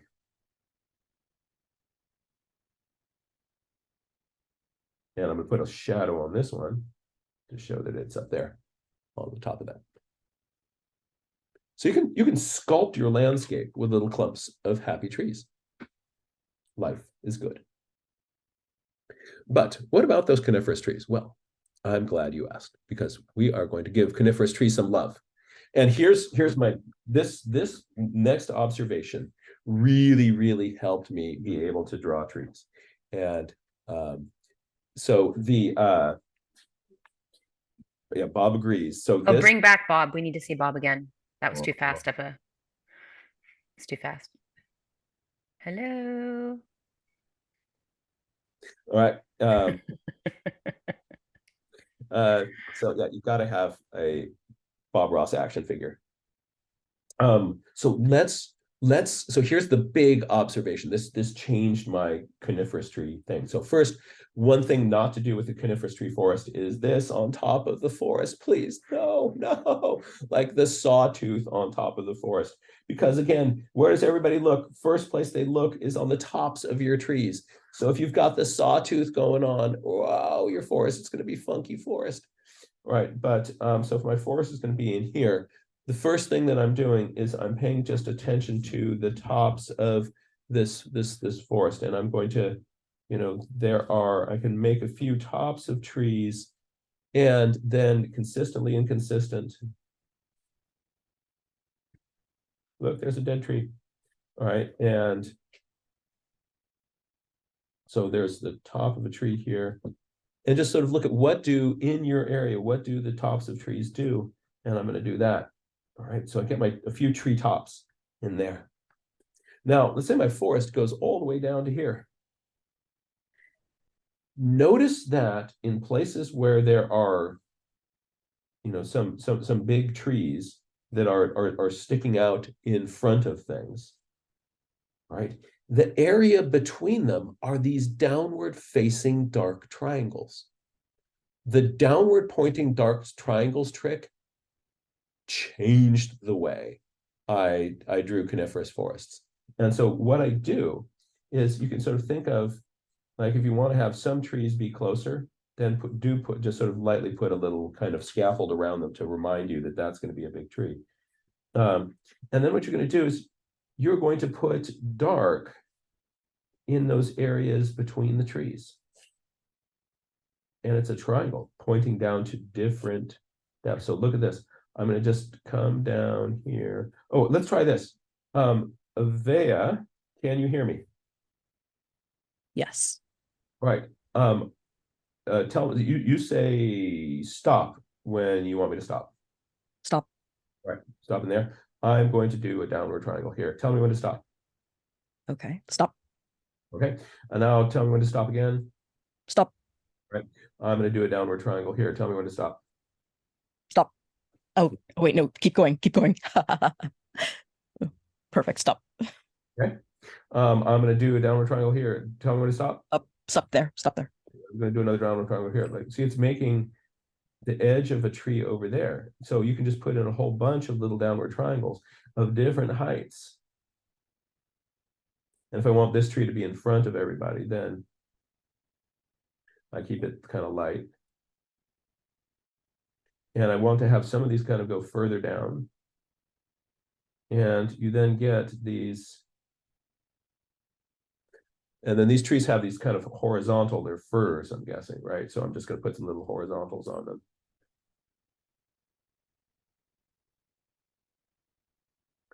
And some are darker, some are lighter than others. And so I'm just sort of playing with these sort of darks and lights back here.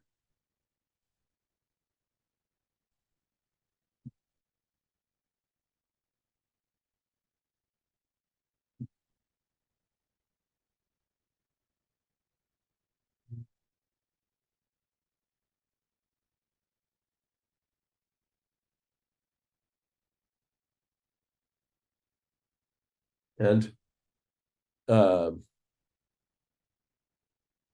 we can build up a forest of trees. I'm going to put a few little bushes down here in front.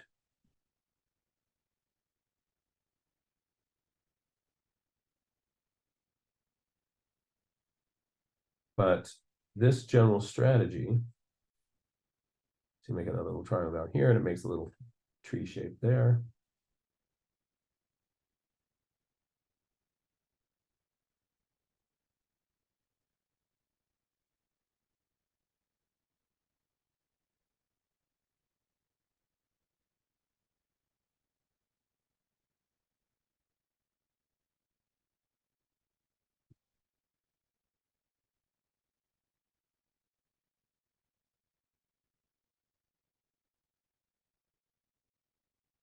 And this little approach works, you know, also for sort of a medium distance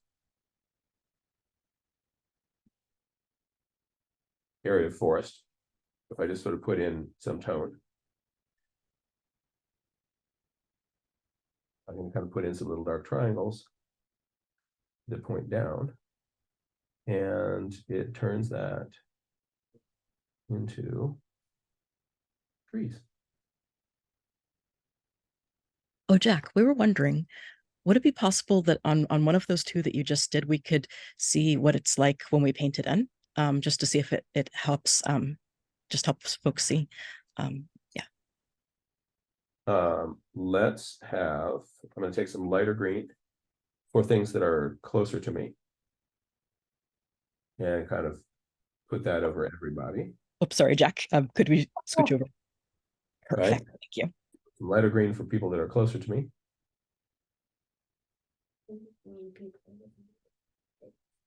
Trees that are closer to me, yes. And then I'm going to take some darker green, mix that with a little bit of blue or maybe even some brown. Have some shadows. And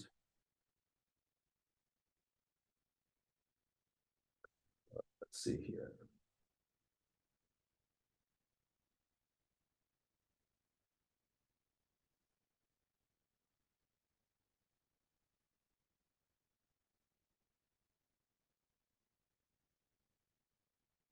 We want a little bit less paint on my brush.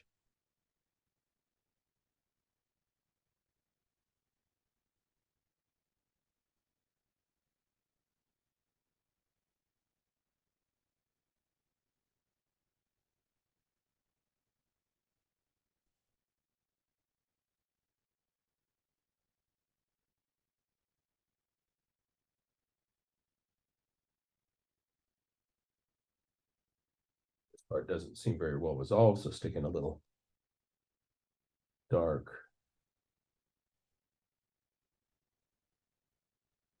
There.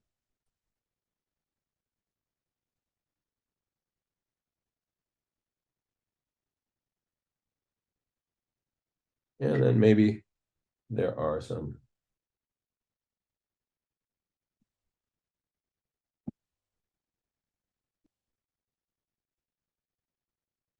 light colored shrubs and things at the front edge of this forest. But maybe they're not that light colored.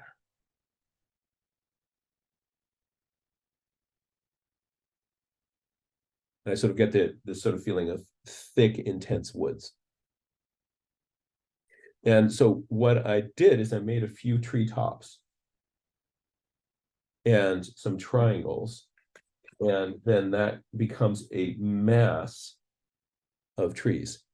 If you have something like this in the background, and you have one tree that you've drawn more carefully in the foreground, then everybody looks at that and they go like, oh, those are all trees. And so, you know, this, like this here, if people look at that and they kind of go like, I have no idea what you just drew. If next to that is also another drawing where there's just a, whoa, come on back. There's a tree that has kind of got a little bit more attention.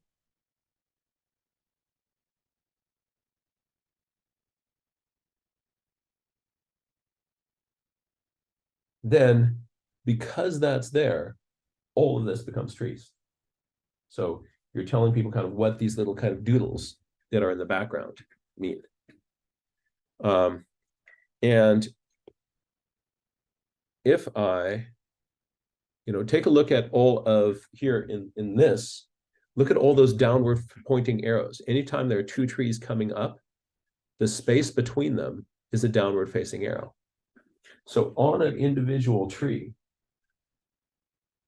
so let's say I have some, in theory, trees here. Right. As I'm coming down on this tree here, I can start making it shaded in there, and that's going to then define these. So we've got these downward facing arrows. You can start anywhere lightly and then kind of go into one of these shadows and kerpop.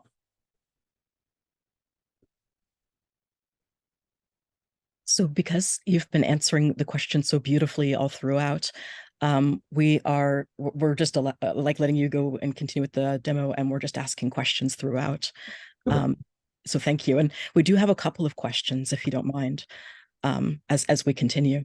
One person is asking, as we're using purple for the demo, will the non-photo blue have the same effect, or should we use a different pencil to make the downward facing dark triangles? Oh yeah, so the non-photo blue pencil, I use that on white paper when I am,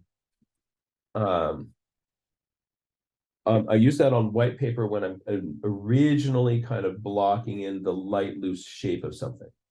But I don't use that for, say, drawing a tree. Because if I spend my time here with this non-photo blue pencil and I draw the best tree that I can, nobody's going to see it. Ghosted tree. It's the ghost tree. No matter how carefully I do this, sharpen my pencil, this pencil is just good for like blocking in the light basic shape of something. So pencils that I find are fun to do, like you can play with colored pencils just because these are really fancy colored pencils. Check this out. From Crayola. This is just a set of Crayola colored pencils. And the thing that is kind of neat about these things is that they just sort of, you know, I've got a blue pencil or a purple pencil or something like that. It starts you off in sort of a less threatening and more playful mode. Another pencil that I find very useful for drawing these kinds of pictures is just a dull, regular pencil. So if I have a pencil and the tip of it gets dull, so when you first start out drawing with it, it is going to make lots of fine lines. So sometimes what I'll do is just I'll kind of Sorry, Jack, you'd have to lower there. They're perfect. Thank you. I just gotta go, and now I've got a dull pencil, right? And if you look at the tip of it, there's a big flattened platform there. I keep my grip, so I'm using the same flattened platform there. And now,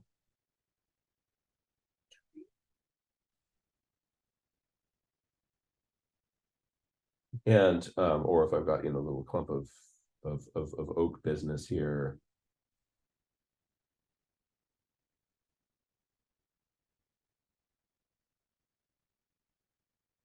If I'm using a mechanical pencil, this is a 0.7 millimeter mechanical pencil. So that's much bigger than, remember that 0.3 pencil that forced me to do all these little fussy little lines, and I can't really get big bleh on it.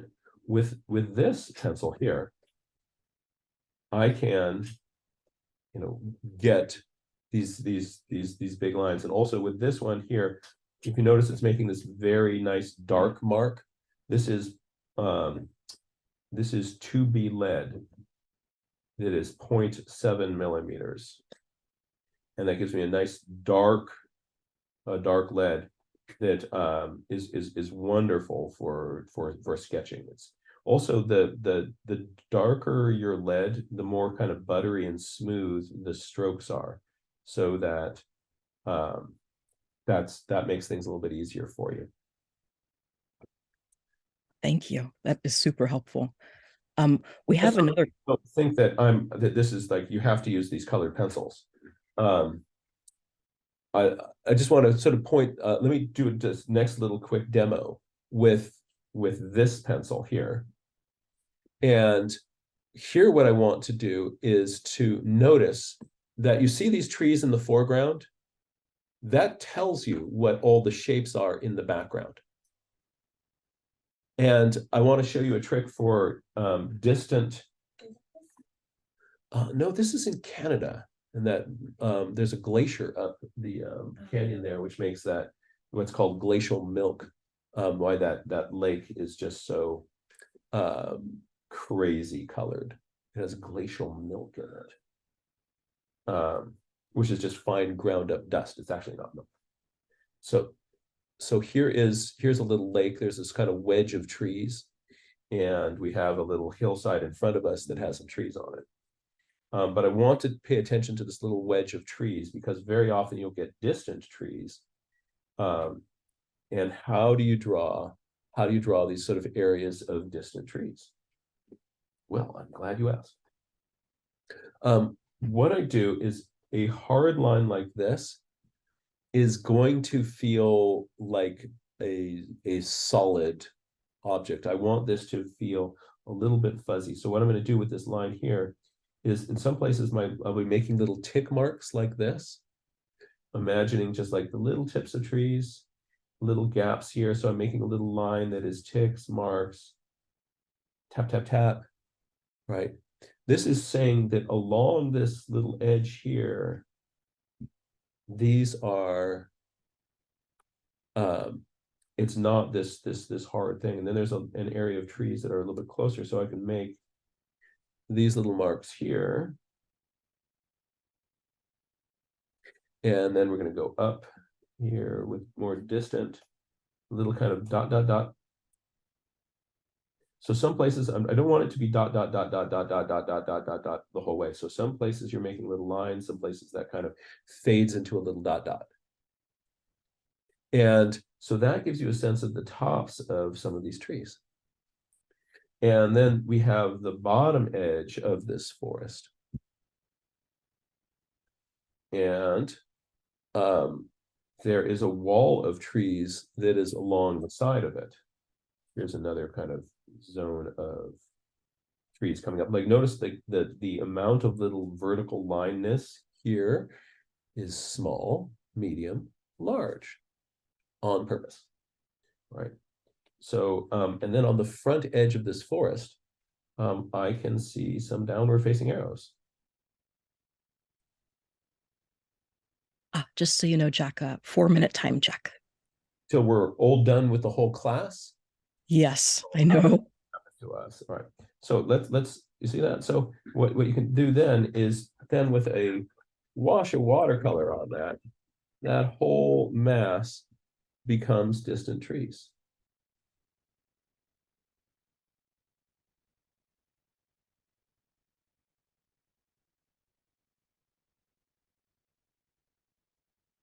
So there's some very, very, very distant conifers. This makes drawing up in landscapes. And then you throw somewhere in front of that kind of a close-up of one of these trees in the foreground, and everybody will look at that and they're like, ah, I know exactly what I'm looking at. Now, the last thing, okay, and just look at this. Like, how would you handle these trees kind of going back here? You know, maybe you've got in the foreground, right? You might have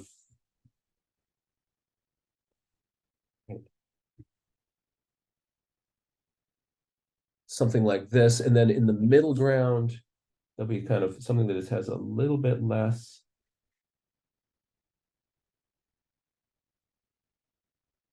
And in the really background,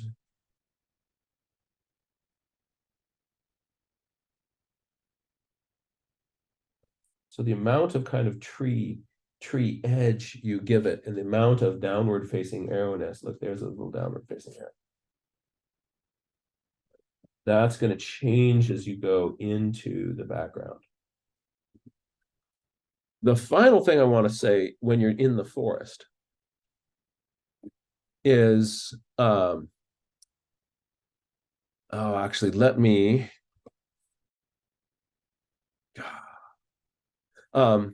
let's, one moment. I am going to, where is this?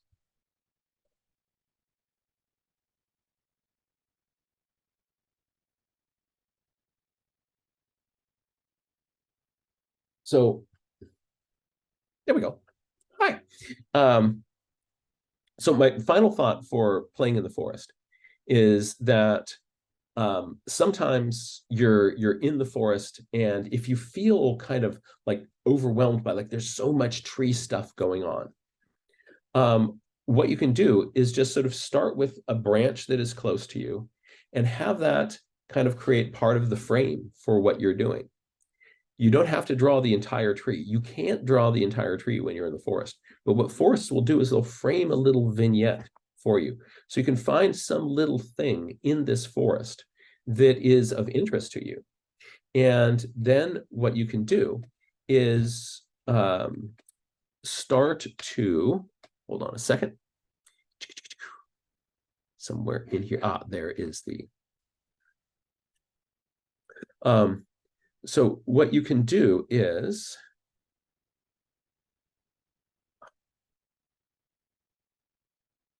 I just changed the order of all of my slides. I like to find interesting things that I'm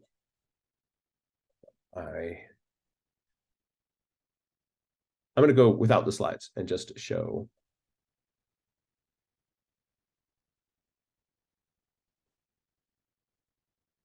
Okay. There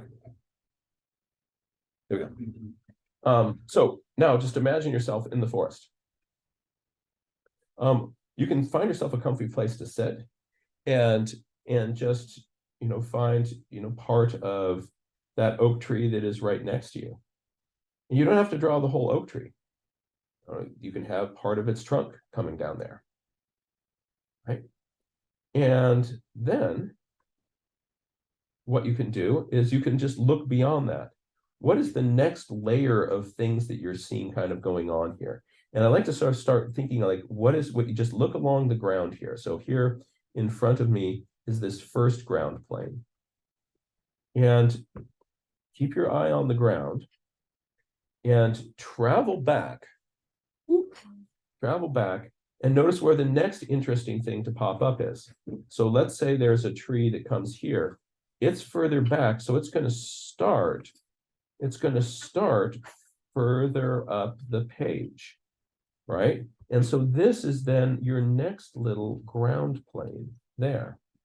And then you look further back in the forest, and there's another little tree that comes up there. And if you kind of give yourself a kind of a small window, you can kind of build back in space these little places where all of your trees are coming up. And you can get a little forest view that doesn't feel overwhelming. That's a really fun thing to do.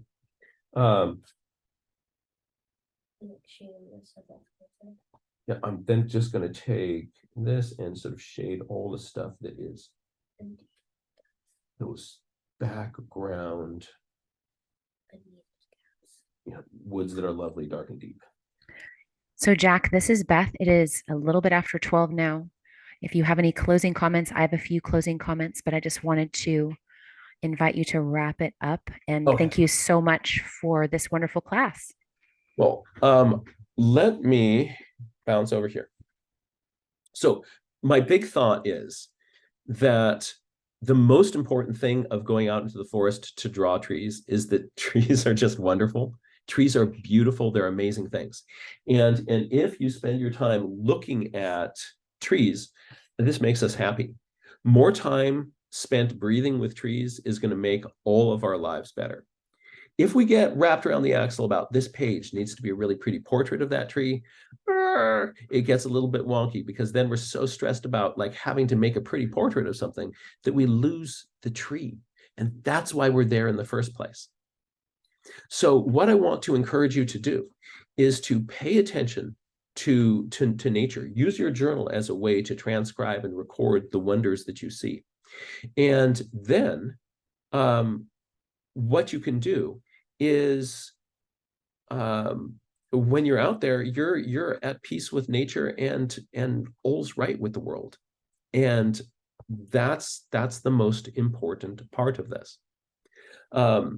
The more you practice it, the more pencil miles you put in, the easier it gets to make these kinds of doodles, drawing sketches, diagrams in our journals.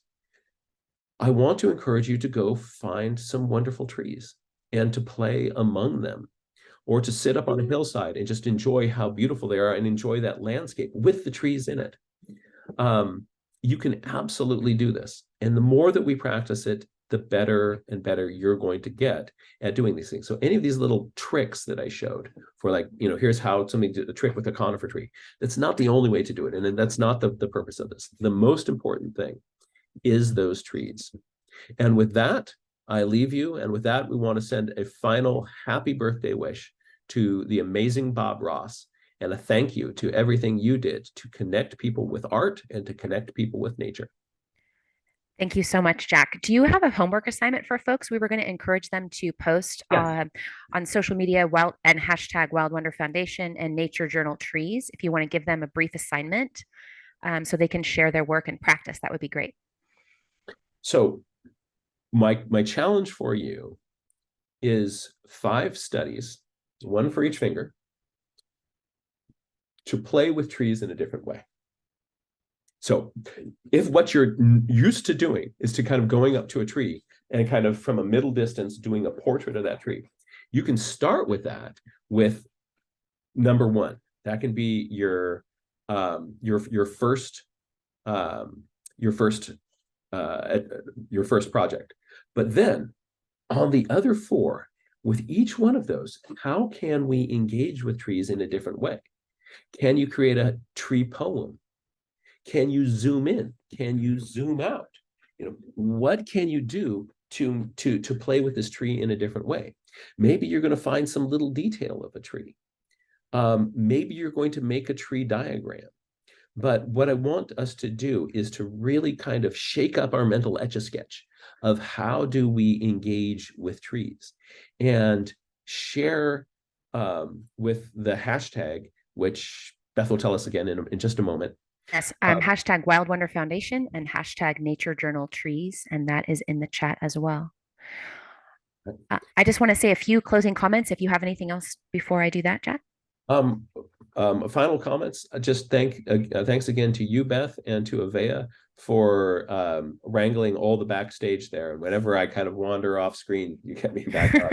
I also want to thank my assistants for helping me. It was really fun to have you in the room with me today. Yeah, and can you hold up your little doll, because that's kind of fun. Hey. Yeah, Bob. Bob is in the house. Bob is in the house. Thank you everyone again for joining us today. As we said, we'll email you a link to the recording from today's class in approximately 1 week. And in that email we'll also include a list of additional resources from Jack on drawing trees. And we'll also send you a survey, because we're eager to hear your feedback on today's class and your ideas for next time. And please remember to share your drawings from class on social media using the hashtag Wild Wonder Foundation and hashtag Nature Journal Trees. And lastly, if you'd like to make a donation for today's class, you can do that at wildwonder.org/donate, and we'll include that link in our follow-up email as well. Thank you so much for everything. Thank you. Thank you all for being here. We look forward to adventures in nature journaling with you in the future. Have a beautiful day, everyone.